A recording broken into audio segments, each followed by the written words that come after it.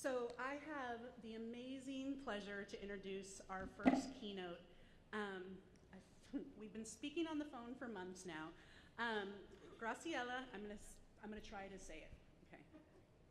Tiscareno. And then the Sato. I'm supposed to say it in Japanese. Okay. We have a connection that we didn't realize until we spoke on the phone.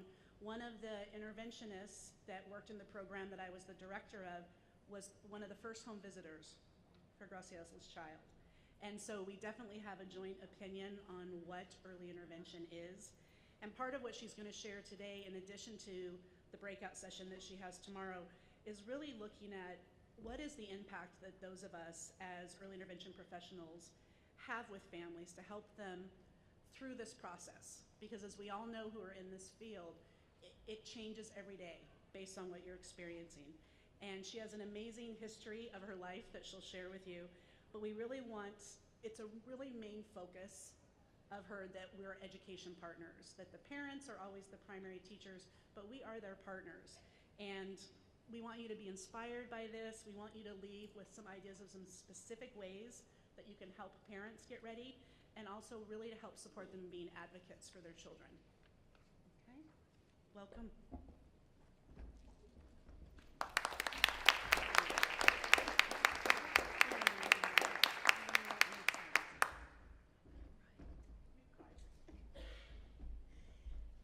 So is the mic on? Good. So I share contact information right away because I want to offer to you, if you want the slides, I can send you a PDF afterwards, and I can also share it on the shared drive you have. So there's all the different places that we can connect afterwards. So I'm calling this Walk With Me, the early intervention advice and experiences that mattered to our family. Let's go on a roller coaster ride, shall we? Let's start at the bottom. I'm going to start at the moment that my husband cried and said, "I grieve at the loss of potential." And I looked at him and I said, "What are you talking about? She's a baby." I was so mad. And I think right there you see a lot of our personalities, my husband and I. What are you talking about? Well, why was he saying that? Well, see, 16 years ago, we had loaded our baby in an incubator, she's 4 pounds, into an ambulance at Alta Bates Hospital Summit in Berkeley, driven to a hangar in Oakland, and loaded her onto a Learjet along with a respiratory therapist and a registered nurse. We did breastfeeding at 43,000 feet on a cold, cold winter day on the way to Beaumont Hospital in Detroit. Why did we do such a thing? What a crazy thing to do. Well, she wasn't even home from the hospital yet, as you'll see in a sec about that. But the reason this story starts here, is because she had ROP, retinopathy of prematurity, with stage 4+ disease. And that simply means her retinas are detaching off the back of her eye very, very quickly. And so we needed to do something. And then I was informed by my employment, my employer's insurance, your company's benefits do not include medical transport by Learjet. Silly me, I didn't know that. But my kid needs it. So before my child was even home, I had to battle the insurance company, and guess what? Every day that they waited, her retinas detached. But we prevailed, and we were off to Detroit. Speaking of jets, take a moment, and I want to tell you what my life was like before all of this happened. See, I was working as an aviator for the United States Air Force. I was a captain, I was flying airplanes, KC-135s, refueling airplanes, refueling in the sky. That's my svelte flight suit body that I had before all this happened. Because yeah, that changed too. And so I had a very, very different life. And I showed you this because I was with the people with the world's best eyesight. Military aviators, that was my world for nearly a decade. I had graduated, gone to flight training, got my wings, and you see the gentleman right here putting my wings on me? He proposed to me later that afternoon after I got my wings. And yeah, that's Genro. And we met in the Cal Marching Band in the trombone section. And that's, by the way, that's the connection I have with Lisa right here and Ken. And so I graduated, got my wings, and he proposed, and we just celebrated 25 years of marriage. But back then, thank you.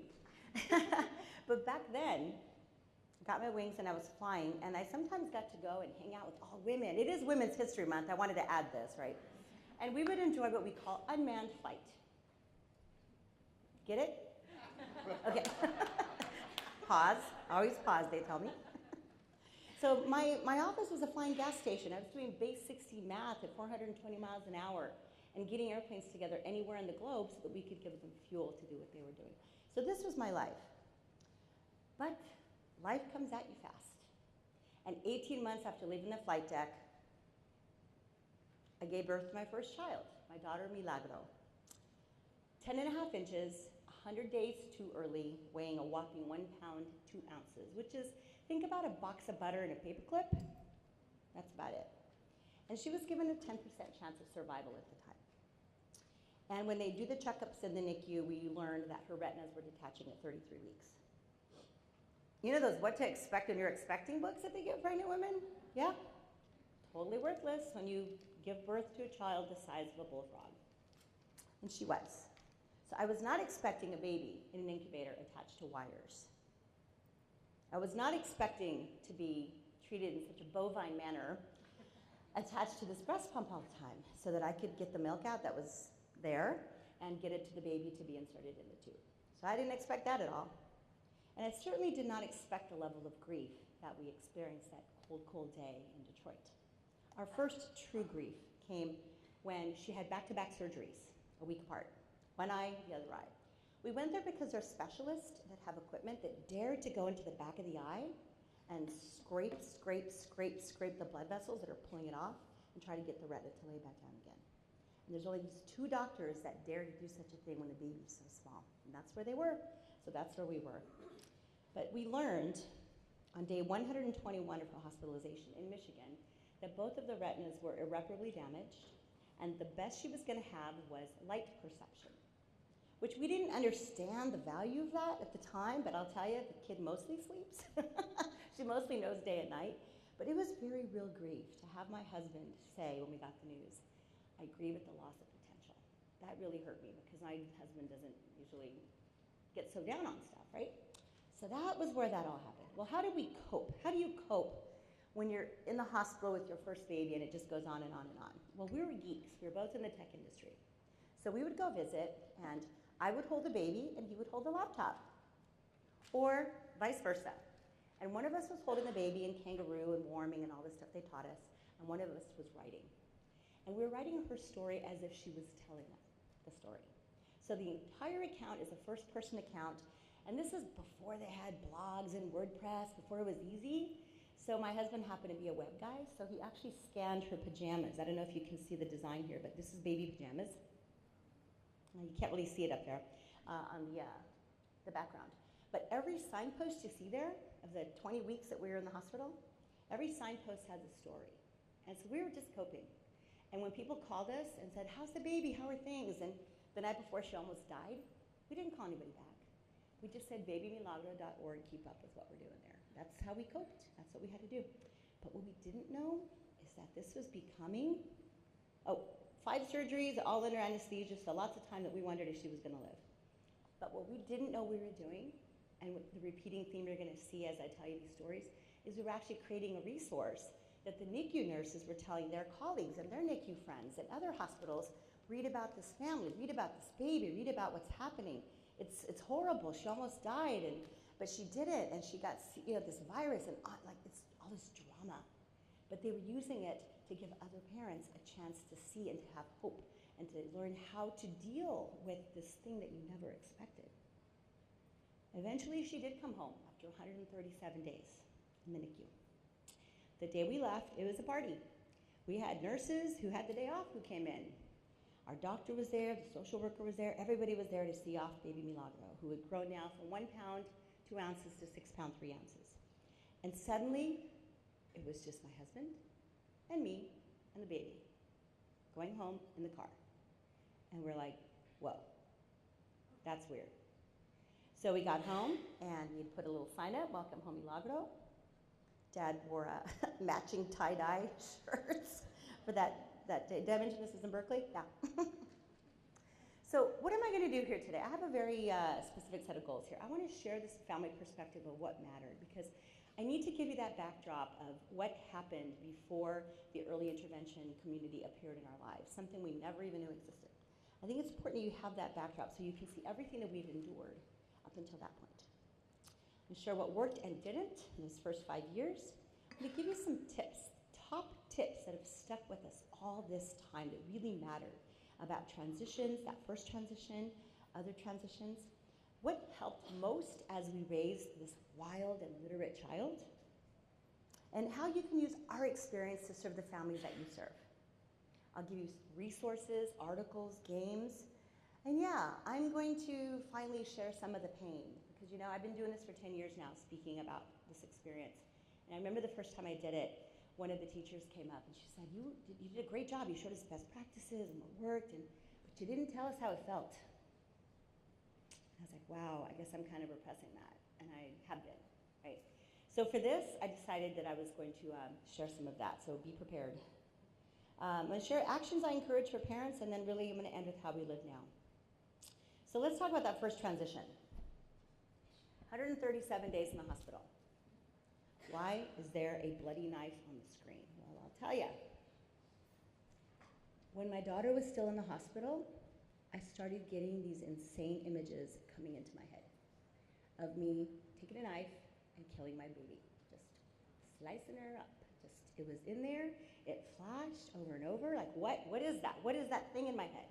I had no idea that that was even a thing that could ever happen to me, but it happened. Did I tell anybody? Of course not. What was I doing 2 years before? You don't talk about stuff like that. You tough it out, right? Told nobody. But when we brought the baby home, Governor heard me say, honey, please hide the knives. Just put them somewhere so I don't know where they are. Why? Oh, I don't think I'll be cooking. I don't want to know where they are. Kept that to myself. Finally, a very good friend of mine from the Cal Band was visiting, and I just told her, oh my God, I think I'm losing my mind. I'm seeing these images. And she says, I think you have postpartum depression. I said, what? Remember that book, What to Expect When You're Expecting? I got up to the 6th month of it when the baby was born. Do you think I even know that postpartum depression is a thing that even exists? So I was so shocked. I was like, oh my God, okay, this is actually a thing that people suffer, and it's time to go talk to somebody. And I did. I found somebody in Castro Valley. But here's the question I want you to ponder.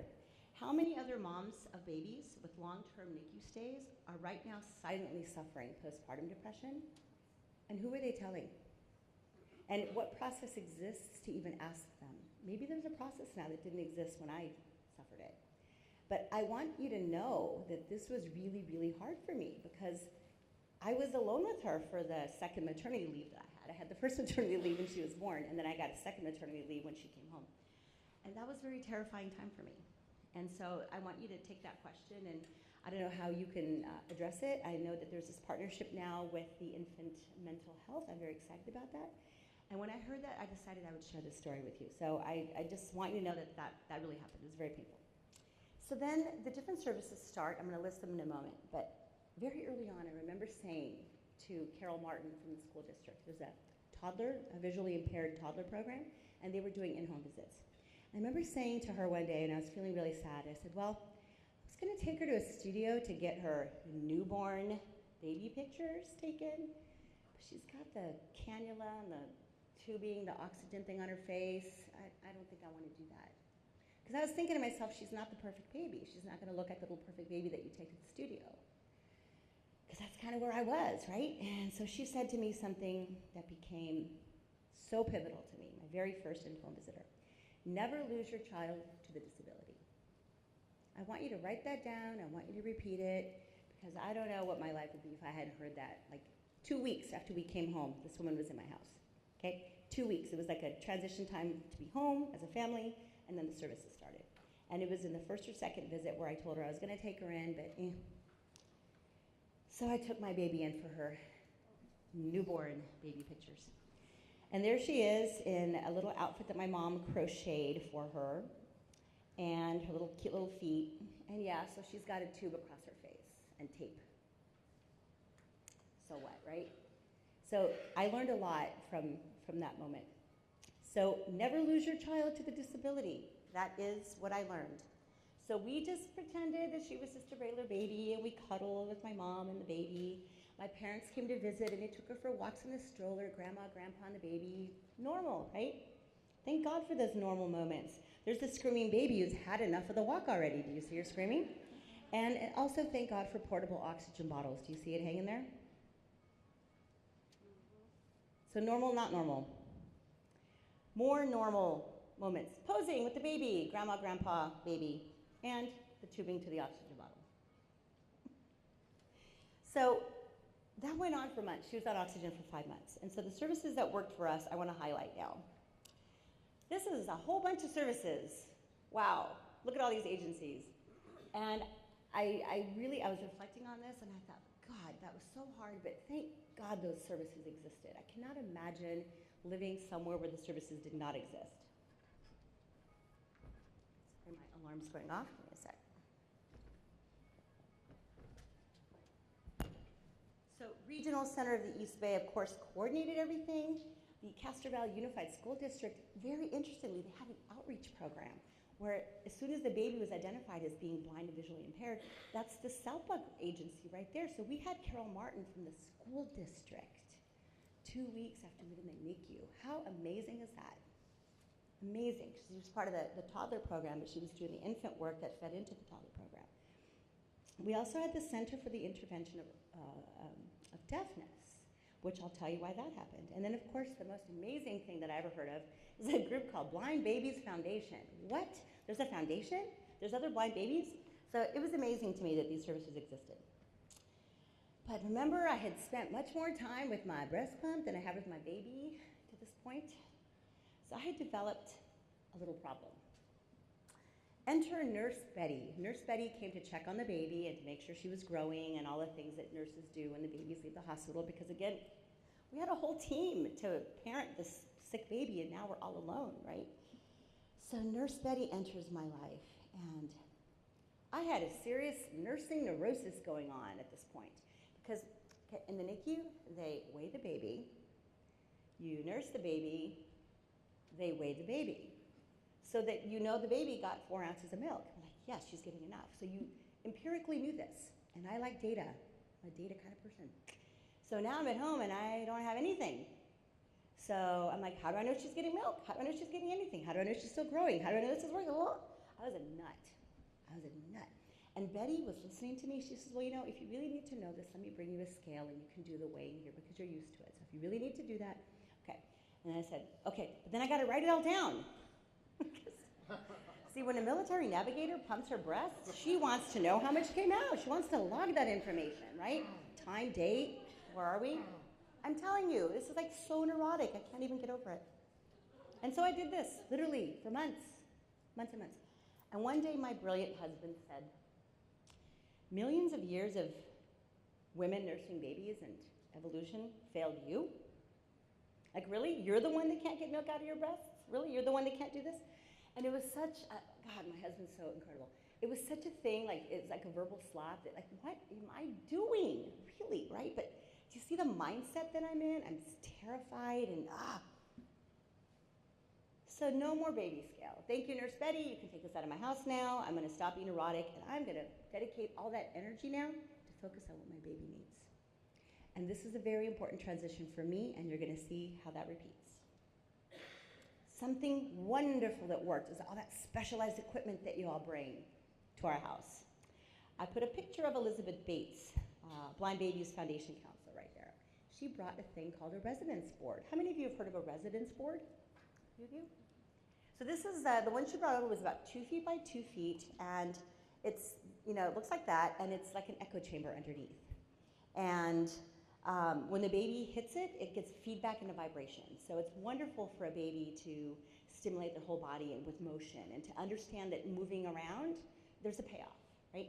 So my husband looked at this little board that was big enough for a tiny baby. He said, you know what? If we have a baby that needs a resonance board to develop, she's gonna have the best damn resonance board any baby ever had. And he built this beautiful 4x4 board. It was huge. So she could really move around on it. And he did it with so much love. And we had that in our house. And I'll tell you what, later on, it became a slide, sheepskin up against the couch. We would do rolling toys down it. It just became all kinds of fun. But that was a very important equipment that was introduced to us by Blind Babies Foundation. Our occupational therapist taught me about tummy time and all the things that seem so obvious, but remember, this is my first baby and nothing has been normal. So I need to know these things. So she came over and taught me what I needed to know to help her develop that way. And then Carol Martin of the school district brought the light box because she had light perception, right? So the idea was, let's develop the light perception, keep the eyes growing and healthy and the blood vessels and everything. And then do you see the little glasses hanging in front of her neck there? Those are some seriously thick, if you know the brand, help me, I already forgot. Bebe or, there's a brand that makes these Coke bottle glasses for infants, right? Well, different lenses, but they're tiny. And she, you know, she wasn't focusing with them, so she didn't have a use for them.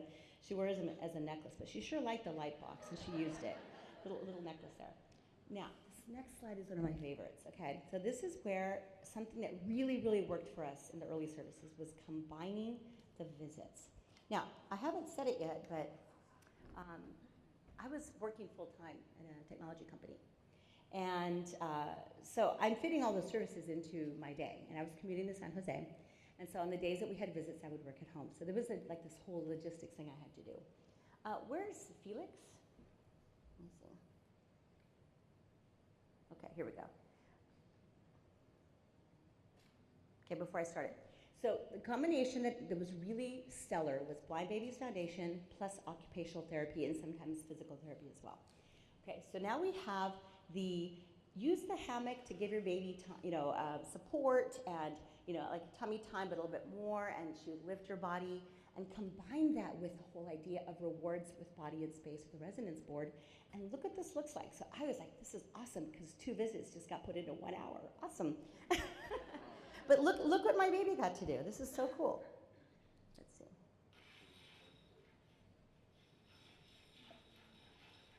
You see the SF board there behind her? So she's kicking off the board. So she would get to move her legs and feel something happening there and strengthening. And then all the sound. So she's hitting the board with her left hand. So she's got all this different stimulation and rewards and movement. And she starts, lifting her head up a little bit more. Obviously, she's not going to look around, so she's not going to do it that way. But she's doing it kind of naturally. And so that went on. But I wanted you to see that because for me, that was one of the brilliant things that happened is, let's take your expertise and mash it up with somebody's expertise and let's see what we can do. And that was one of my favorite activities that we did. And Milauda's as well. Now, do you think that blind babies crawl? I sure wanted to know. I would ask questions like, do you have any videos of blind babies crawling? I would ask my service providers, no. How do blind babies crawl? Well, sometimes they crawl, sometimes they don't. What do you mean they don't crawl? So, please feed my neurosis some more, right? What do you mean she might not crawl? Well, here's what my kid decided to do instead. There's the light box, and look at the distance from the light box to where she is. You're going to see it in a moment, but she's been inventing her own locomotion that we called booty bouncing. And the gadget that you see hanging there is a replica of something called a little room, which is used for blind babies, where you suspend things from the top of a box and then they move around and they find turkey basters and brushes and measuring cups, things like that. So we made something like that that wasn't enclosed so she could go in and out of it. And right now she's transporting herself. So here she goes. She's grabbing her ankles and she's pushing her body back. Push, push, lift, push, bounce, go. She invented this. And we were thinking, oh my God, our baby's a freak. What is she doing? She's not crawling. This is so weird. It's hilarious. And we have video of her going all the way to the Christmas tree down this long hallway. But this was, look at her. And you know the energy it takes to lift your whole body backward like that? I dare you to try it. But I show you this. Oh, right here, she's poking her eye, okay? Because she's stimulating her retina. And here comes Dad, and he starts making some sounds for her to encourage her to keep going. And she goes all the way back to the corner. So I show you this for this reason. Please explain the concept of compensatory skills to your parents. Because I later learned that this is a compensatory skill, right? If she did try to go forward, she would probably hit her head on something, and that would be ouch. So maybe she had already tried that. Maybe she did. But going backwards, very, very safe. Anything you hit, like those wooden boxes back there in the corner of the basket, it's not going to hurt. So she invented the locomotion, booty bouncing, and I don't know if you've seen other babies do this. Have you seen other babies develop a booty bounce? Oh, yeah. It's out there? Yeah. I didn't know. That's not in that book. So I'm going to encourage you to empower parents to act by accepting the situation. As I reflect on this time, I don't know. I think we had accepted it, but there was times when we didn't, and it kind of went back and forth. But here's how you can actually empower them. Okay, I wrote an article called What I Did Before My Daughter's First Birthday. And you'll see I was a very, very busy mommy in that first year because I was looking ahead. I'm a very strategic thinker, and I was always looking ahead. And I wrote this article because of the information that I'd received from Blind Babies Foundation. Let me give you some specific examples. She gifted me a book called Small Victories, Conversations About Prematurity, Disability, Vision Loss, and Success by Mary Lou Dickerson. This remains one of my favorite books. It's a collection of essays from adults who have these various disabilities or who are preemie or who are blind or have cerebral palsy, but it's their writing. And they're answering questions like, what I wish my parents had done differently, what my parents did really well. And one of the philosophies that I ended up adopting, let your kids fall flat on their faces. Let them decide their own limitations. It's one of the essays. And I thought, that's right. And so that became part of what we did. So that's something you could do for your parents. I was told, go ahead, meet blind people, because I kept saying, I don't know any blind people. This is where I've been working. I don't know any blind people. I can't even list one, right? And so Elizabeth said to me, go ahead, confront it head on. Attend an event, go to the California National Federation of the Blind Conference, meet blind people. They're meeting in San Mateo next month, she said. So I drove to the hotel, sat in the car, and just cried my eyes out. And I watched all these blind people going in with their canes and their dogs, and I thought, oh my God, this is really happening. I literally just sat there and cried watching blind people go in and out. But I went inside, and who did I meet? I met college-educated product managers and software engineers and technology experts, all were blind. And they were masters of their technology, and they were masters of their work and professions. And I went from crying a couple hours earlier to going, wow, look at all that's possible for my kid. Gave me the first glimpse of hope and possibility. And I have to tell you, I did this before she was 1, because I needed to know. I said, I really need to meet a woman who's blind, because all I can think about is she's going to get attacked and jumped by some dude somewhere, and she's going to have no chance. So Elizabeth said, let me introduce you to Andrea. She works for Guide Dogs for the Blind in San Rafael. She trains blind people and their guide dog teams, and she's an amazing teacher, so go meet her. So I had lunch with her in San Rafael, and I asked her questions like, what did your parents do really well as you were growing up? Remember, my baby is 1, so I got the whole pathway ahead of me. I can learn right now, and I can do it right, whatever that means. And what did you wish your parents had done differently? So that's the tip. Your parents need to meet people that are adults with whatever the disability or issue is that the child has as soon as possible to begin to see the future. And as I get into the things that the parents need to do to make that future happen, you have to have that vision of what's possible. Otherwise, it's just too hard. So this, for me, was so important to get real and glimpse the future. And then you know what? Andrea said, here's my mom's phone number in Connecticut. Go ahead and give her a call. Ask her anything you want. And I did.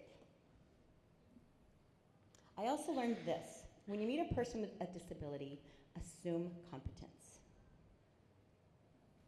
Okay, where's Felix? Because, formatting all changed. That's supposed to be blue letters right there. So it did change my formatting when we did the thing, just so I know. So sorry, it's supposed to be very visible. That's Judith Lessner, mother of adult son who's blind. So she told me this: when you meet a person with a disability, assume competence. And I got that when I went to the conference and I met all the product managers and everybody. So I think that's a really important philosophy to adopt as well. Because again, I knew no people in the disabled community. Another tip. This is really painful here, but I'm going to tell you. Introduce mom and dad to parents who are very, very inspirational. This baby here is Elizabeth Phillips, when she was 7 months old, 1 month before her mother was presenting her master's thesis and needed to get the baby to be with a sitter. Her husband isn't home from work yet. So her friend said, well, bring her over. My in-home nanny's here. She can take care of Elizabeth while you go. Okay. Well, that night, the nanny shook Elizabeth to the point that she almost killed her. Shaken baby. And when Elizabeth came back after presenting her thesis to get her baby was in the hospital in a coma, nearly dead, and stayed in a coma for 9 days, and therefore was blinded in that situation. So typically developing baby up until that point. Her mom said to me when I was introduced to her, again, blind babies, is advice that I want to channel from me, from Meb Phillips, Elizabeth's mom, to me, to you, to the parents you serve. Okay? There's the mom and then Elizabeth growing up and reading Braille. If you serve blind children, there's this mailing list called Seedlings that you may or may not know about. Again, my baby was 8 months old, and she's telling me, get on a book list, because these guys have board books with Braille, and you can keep pretending that your child doesn't have a disability and read to her. Because if you have a 6-month-old baby that's sitting up, what do you do when you're reading, right? Just so that they can hear and get that snuggle reading feeling going on. She says, they have books. Have her fingers on the Braille. Just do it. So this mom's like motivating me, like, okay, I can do this, I can do this. And then meet parents of older kids in the district you're going to attend. Because, wow, can you get a lot of intel when you do that? And seek adaptive technology as soon as possible to make the world accessible. And the most important advice I got from her, never let them have low expectations of your child. Can you imagine if every family that you serve could be told that from a mom like Meb Phillips when the baby's not even 1? Can you imagine the outcomes that might happen? So at 18 months old, we start the downhill slide on the roller coaster. Sounds pretty good, right? I'm learning, I'm inspired. Well, we take her for an ABR, and the audiologist comes out and says, if I didn't already know your daughter, I'd be coming out of that test telling you your baby is profoundly deaf. Like, what do you mean? She responds to our voices and stuff. And I don't know if you know anything about auditory neuropathy. I didn't. But it's like kind of deaf, but not really. You hear, but you don't hear. It's very strange. So that hit us. Again, and you just keep going. Let me just real quick, I only have one slide on what didn't work, and I want to just say this. Early on, when all this is happening, our team is saying, well, there's this parent support group and that parent support group and this disability and that disability. So I went because I felt like I needed to go, because that's what you do when you have a child like this, you go to support groups.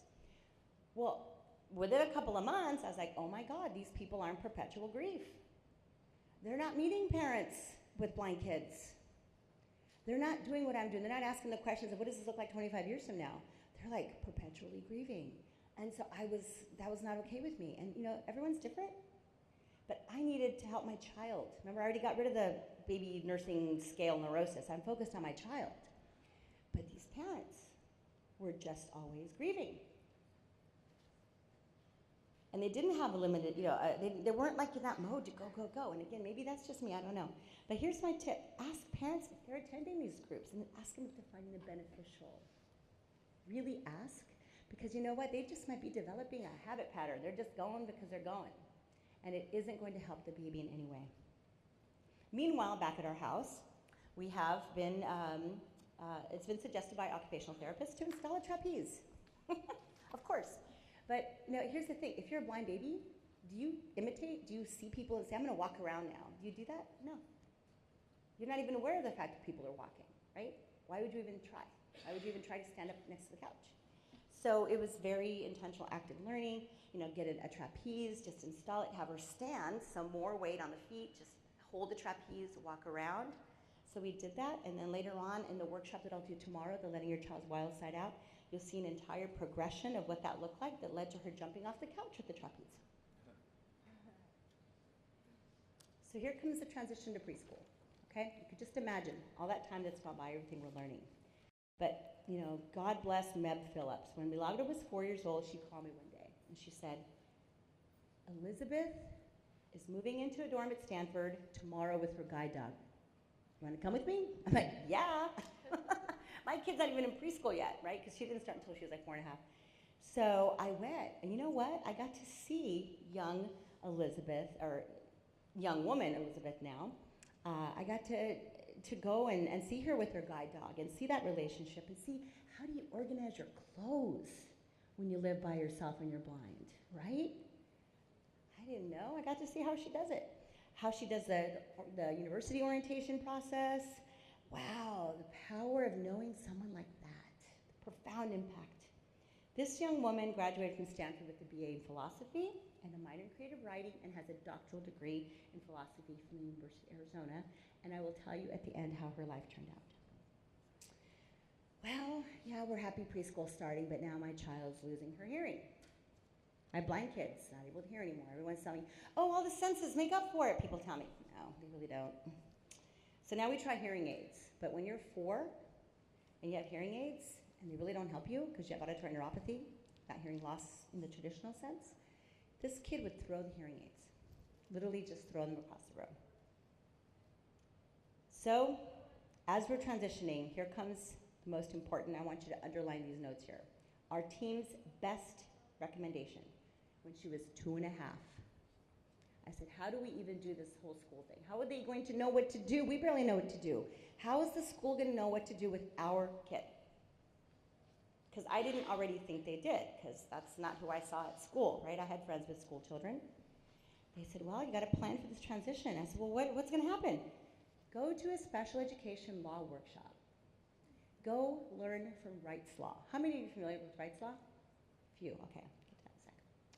So go to the special education law workshop because they'll tell you what districts must do. And then you can help them know what that looks like. Okay. Subscribe to the free newsletter.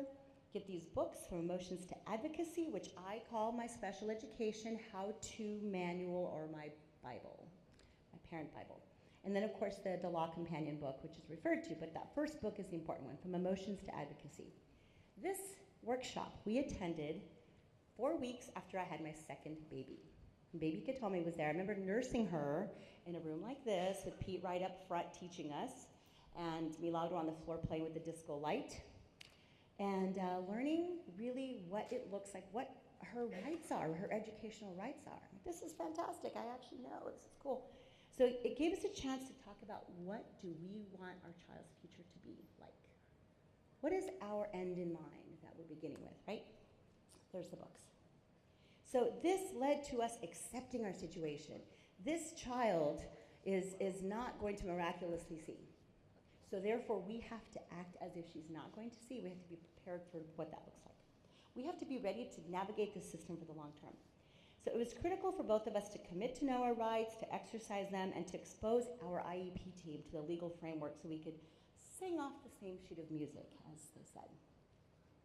So here's my show of hands again. How many are you familiar with Wright's Law, wrightslaw.com? Okay, so there's a few. So this is so important because as we're discussing the early services that made a difference, do you know of all the services that I showed you before, from SF boards and resonance boards and light boxes, how many of those do we still use today? None. This knowledge that was imparted to us from our team, this is what has stayed with us and made all the difference. So, encourage parents to add to their knowledge to benefit their child. It's so overwhelming sometimes, but if you use this language, add to your knowledge to benefit your child. Not what you have to learn, because give you more to do, right? No, it's about adding to your knowledge to benefit the child. And something Pete says, you have to nurture the parent-school district relationship like a marriage without possibility of divorce. That is so powerful. That means you have to work on it continuously, right? Be a good partner. Why Pete Wright? So for the benefit of people who don't know, this is a man who went to law school, became an attorney. In 1993, found himself arguing in front of the United States Supreme Court on behalf of a young lady named Shannon Carter. You could Google this case, 1993. And he won this case, and she was a dyslexic student who had been completely failed by the school district. And so this case went all the way to the Supreme Court, and the student won the case. By then she was 16 and pretty much illiterate, so there's a lot of makeup that had to happen. But Pete won this case. So he became the authority on the processes that work to navigate special education. He teaches both parents, and he teaches service providers and teachers. Okay, he teaches everybody. Why is this extraordinary? Well, let me tell you why it's extraordinary. Because he was in kindergarten and first grade, his teachers had pretty much said, this kid can't learn, he can't write, he can't read, he has ants in his pants, he's inattentive, he doesn't listen to teachers. At a very young age, he had undiagnosed dyslexia and undiagnosed ADD. But I show you this because He got tutored and everything, and his life is pretty much extraordinary, and he's become a dear friend of mine. But he went on to argue in front of the Supreme Court. Dyslexic attorney. So if you want a role model for somebody who's dyslexic and a story to follow, it's Pete. So 2 people on our team encouraged us to go to this workshop and to learn this. But what does this look like for parents? Okay, let's come back. We're about to transition into preschool. We've gone to the workshop, but what do we have to do, right? Because how much more can we do, right? Well, first, I encourage you to tell your parents that you serve, she's your child. It's your meeting. You start the meeting.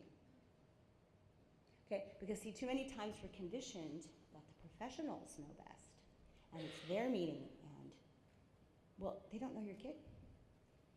And they might not even know your disability, right?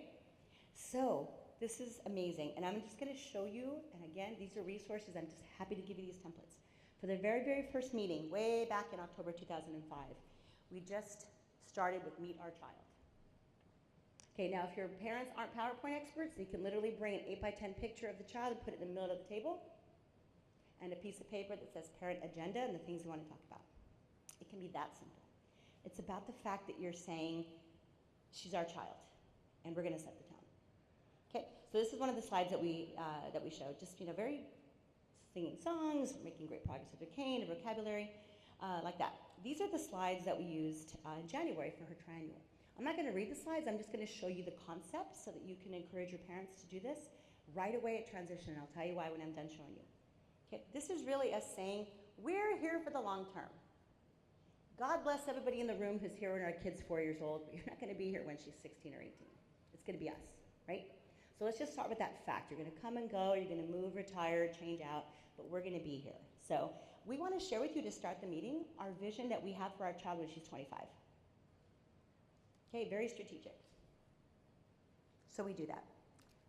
And then we thank our team. First meeting for transition, there's nothing to thank just yet. Thank our early intervention team, that's some of them were there with us. But now we thank our team first for all the things that this child achieved in the last year. Last year we celebrated that she spent the summer in the dorms, a whole month, week by week, commuting on Monday, coming home on Friday. On campus at School for the Blind, she got to have her own independent summer. So we celebrated that, all the people that made it happen. We remind everybody of that vision that we have for our child. And very importantly, we put forth our own goals, our own IEP goals that we have already talked to the team about. They know what we want. But in a year, this is the area of language, computer, writing, social innovation, physical fitness. These are the things we would like to see her doing in a year. And then we work with them to create the actual goals. Okay, but we're driving this. Okay, they have their goals too. They're going to go in there. But we want to make sure that our goals are right there top of mind. We now share what our daughter is saying about what she wants to do. What curiosities that she has for her future. Like, I want to be a teacher when I grow up. I want to be a chef. I want to teach students how to cook. Mama, please teach me to speak more Spanish. And I want to learn more languages. These are her current curiosities. And it's very important for the team to know that as we start planning, my God, for post-high school. We peek into her future, what might she do, beginning to invent. We definitely always at every meeting show our child's strengths. And your parents can do this right away when they transition. What are the baby's strengths? What are the toddler's strengths? How do they learn? Are they visual learners, auditory learners, kinesthetic? What? How do they learn? Let's just let the team know right now, because you're already the expert in this, right? As the parents. So you see, in doing this, in starting the meeting and putting forth what we want for our daughter, we're navigating the system and we're nurturing the relationships. And we end with, now let's work together to plan her next 365 days. We end with our philosophy on genius, which I don't know if you've seen this quote, Albert Einstein, it's my favorite. Everybody is a genius, but if you judge a fish by its ability to climb a tree, it'll live its whole life believing it is stupid. I love that quote. Again, they don't need to do, a whole PowerPoint. They can just kick off the agenda with a one-pager and a picture. But why? Why do you want to tell your parents that this works? Let me tell you why. Because when we set the tone, the educators followed. we got this amazing handoff with Carol Martin, the lady from the school district that did the infant toddler program. She handed this off seamlessly to Sue Douglas, who ran the VI visually impaired at preschool. There's Sue nursing one of her granddaughters. And Sue came to our house as part of the transition to meet our child. She saw the trapeze in the house and she says, "Oh my God, we need one of those in the center." So she worked with my husband, who showed her the hardware and how we installed it in the ceiling and everything like that. And the VI Toddler Preschool Center in our school district got a trapeze. So you see, when the relationship is real, when it's nurtured, when the parents set the tone and put the expectations out there, the educators go with it. And suddenly, they're infected with the spirit of high expectations. So much so that then teacher Sue in preschool flew down here to Los Angeles to the Blind Children's Center. And she had heard that there was kids that had dual sensory impairments. Now, remember, at this point, my daughter's blind. She sees light. She's been diagnosed with auditory neuropathy, so she doesn't hear all the way correctly, and her speech certainly isn't developing normally. So Sue, meeting us and seeing what we're thinking about who our kid can be, she flew down here, and she met people at the Blind Children's Center. She saw kids who were deaf and blind. There was 3 of them at the time. And she got permission to film a video with the intervener. The intervener is a person who brings information that is missing if you're blind and deaf, generally speaking. I'll show you more about that. But she brought that video back. It says, a child like Milagro who has 2 different sensory impairments, she needs this support. It's called an intervener. It looks like this. Meanwhile, she told me she was doing that, I'm researching how you train an intervener. How you train an intervener. What is how does that look? It's not an aid, okay? But what does that look like? So I found resources at Texas School for the Blind that really was the job description of an intervener, how they train, on-the-job training. So there's manuals about this. So Sue's visiting down here and getting video. I'm researching the role of what it could look like and how it could work for our kid. We had a meeting, IEP meeting, and when we presented this information jointly, the teacher advocating with information that's relevant to the support my child needs, and me actually saying this is what it looks like to do it, the very next thing that got said was from our school district, Hayward School District. Hayward Unified supports the creation of the role of intervener at Hayward to support Milagro-Sato, and we will start building the job description right away. So we literally brought everything. So, as a business person, make it easy to say yes. I was taught that. Make it easy to say yes. Okay, so we just gave it to them. Really collaborative. Amazingly, from that day to getting an intervener to be on our team was 82 days. It was less than 3 months from creating a role that we just heard about and presented to having the support in place less than 3 months. Okay? I don't want to hear from people what's not possible, and I don't want to hear excuses from people because I've seen how educators and parents who know can affect all kinds of amazing things to happen. And that's just one of the things that we've done collaboratively. Truly an example of our nurture relationship.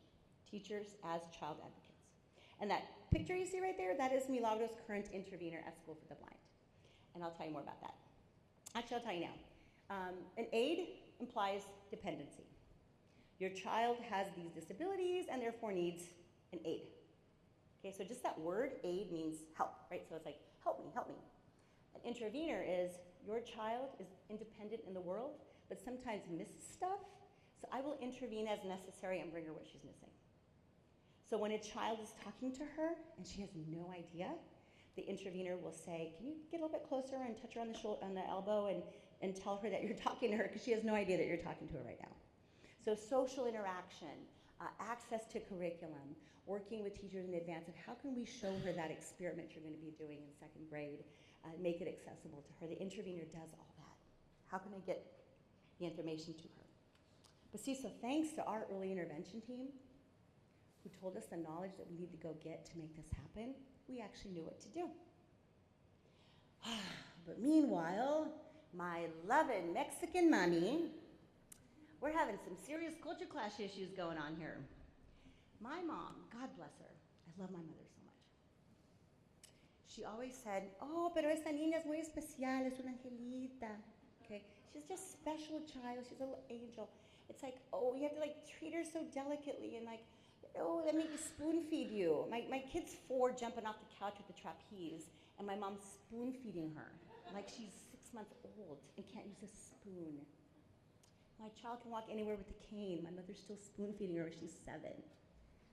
Okay, again, the formatting got whacked here, but she spoon fed her 2 years ago when we visited in El Paso at the age of 14. Okay, because culture, because my mom has defined herself as the caregiver, as the mother, as the nurturer, the mother of 5 kids, and now the grandmother, and oh, she has this little special, oh my God. So you can just imagine, okay? I have learned, I don't spend that much time with my mom, she's in Texas, so I just learned to let that go, because my mom loves her granddaughter, and there's a very special little picture of her at her house here.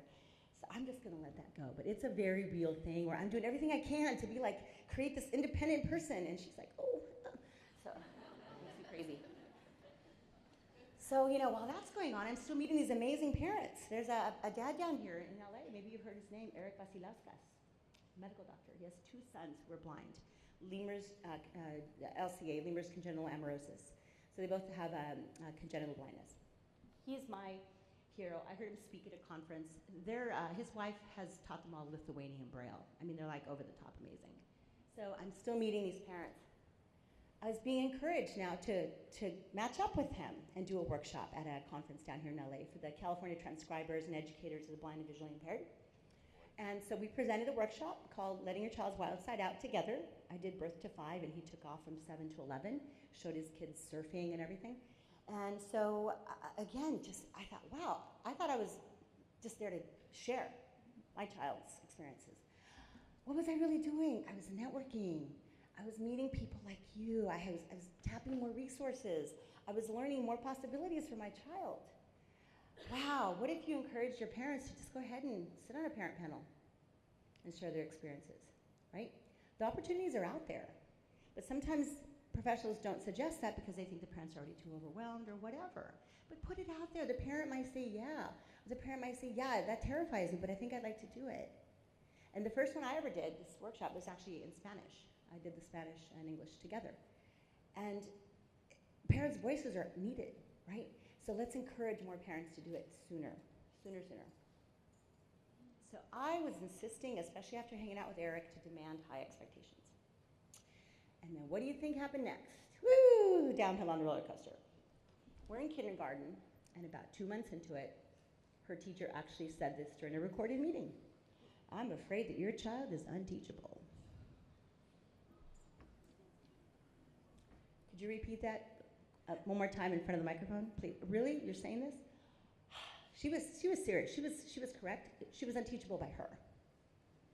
And we said that. We said, so our child is unteachable by you. You're not getting the right supports. Can we do support? Oh, no, it's not about supports. Oh, she was digging in. This kid's just unteachable. So it wasn't even about I'm not getting supports, just unteachable kid. So we fired her from our daughter's IEP team. Okay, we can't fire you from the district, but we can fire you from our team because you're not feeling the vibe of high expectations here. You don't fit. So we got rid of her, went to another kindergarten teacher, and eventually we moved to a different school. Because you as the parent have the power to do that. What else worked in kindergarten because of the advice we got early on? I hosted a breakfast at my house with 10 moms of kids who were blind in the school district. We did some math. I said, bring your IEPs, let's do some math, because I've been hearing there's a problem. So we all brought the IEPs, and we went around the room and counted the number of hours of IEP or Braille instruction that all our kids are getting.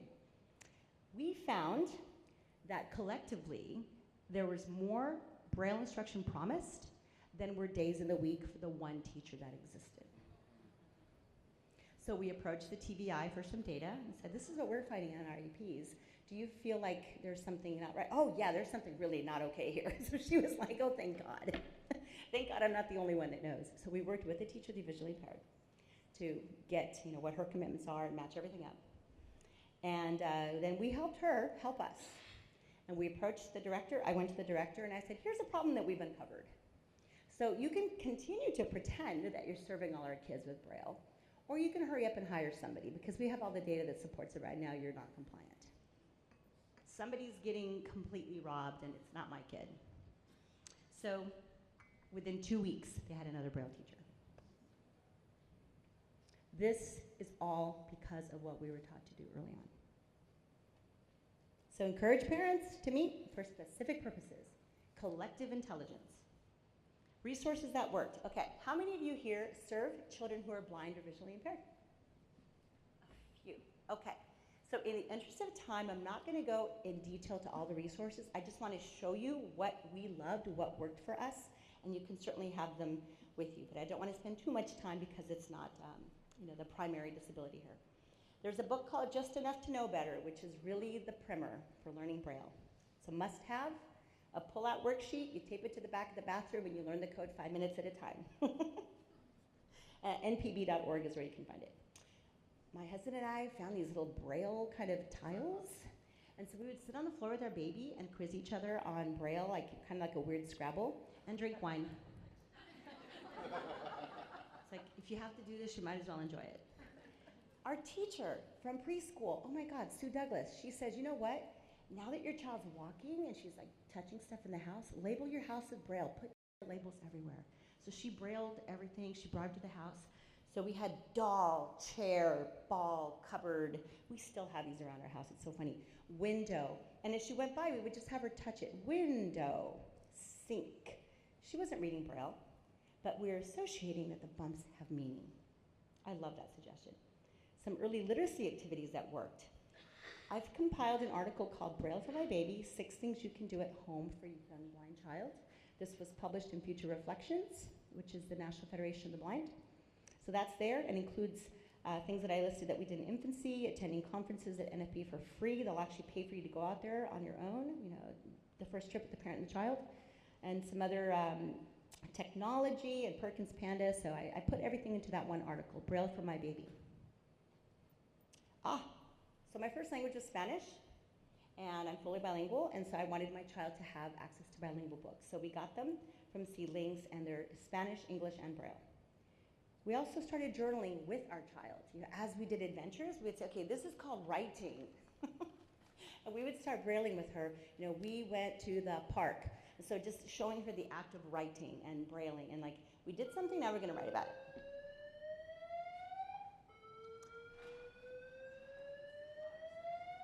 Interesting sound. Oh, pause, okay.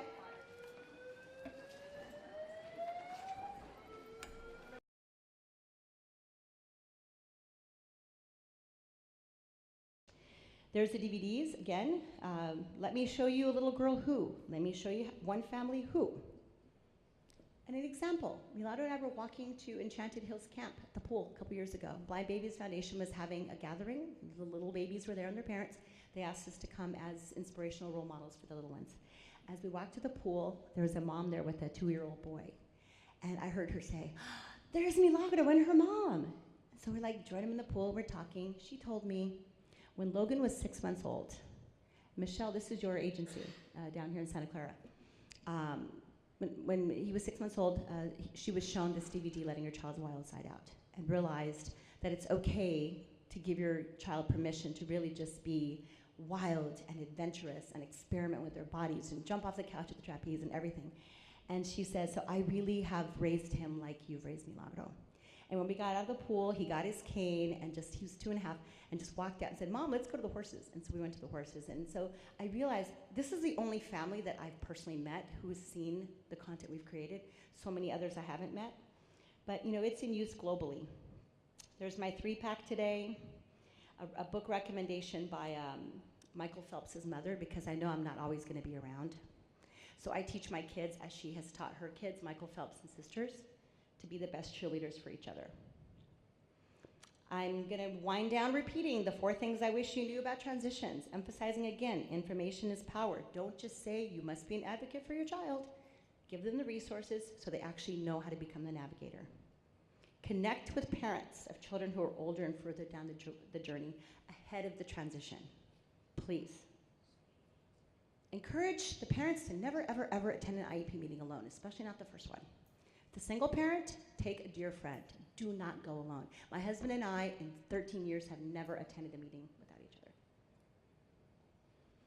And empower them to be resilient, because what lies ahead, I hope you can see with my story, the things that just keep coming.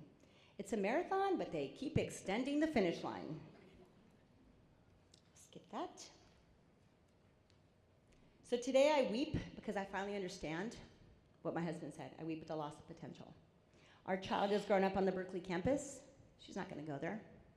She's had to spend lots of time learning how to talk and walk across the street with her cane. She doesn't academically qualify for Cal. I have to accept that. I cry today when she says the following sentence. Ready and begin. What did you want to tell the mama? I am blind, I can't see, and it frustrates me. If you didn't understand it. I'm blind, I can't see, and it frustrates me.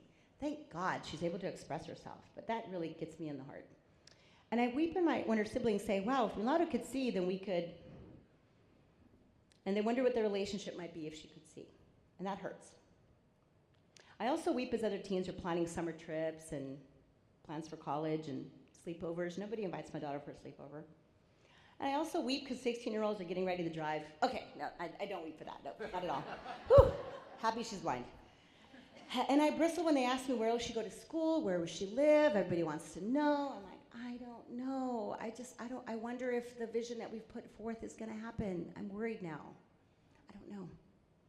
But then I remember 10 years ago who she was and who she's become.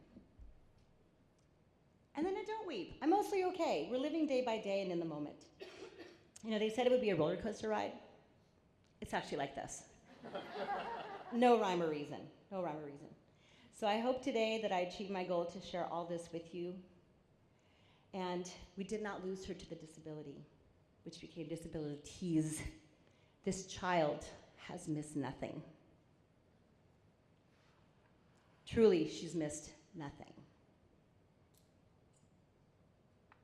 Nothing at all. Brownies, juniors, cadets, she's missed nothing. Very, very physically active kid. And you know how I know this is all worth it? Because even through all of that, she says, I love the world. And she's seen the world.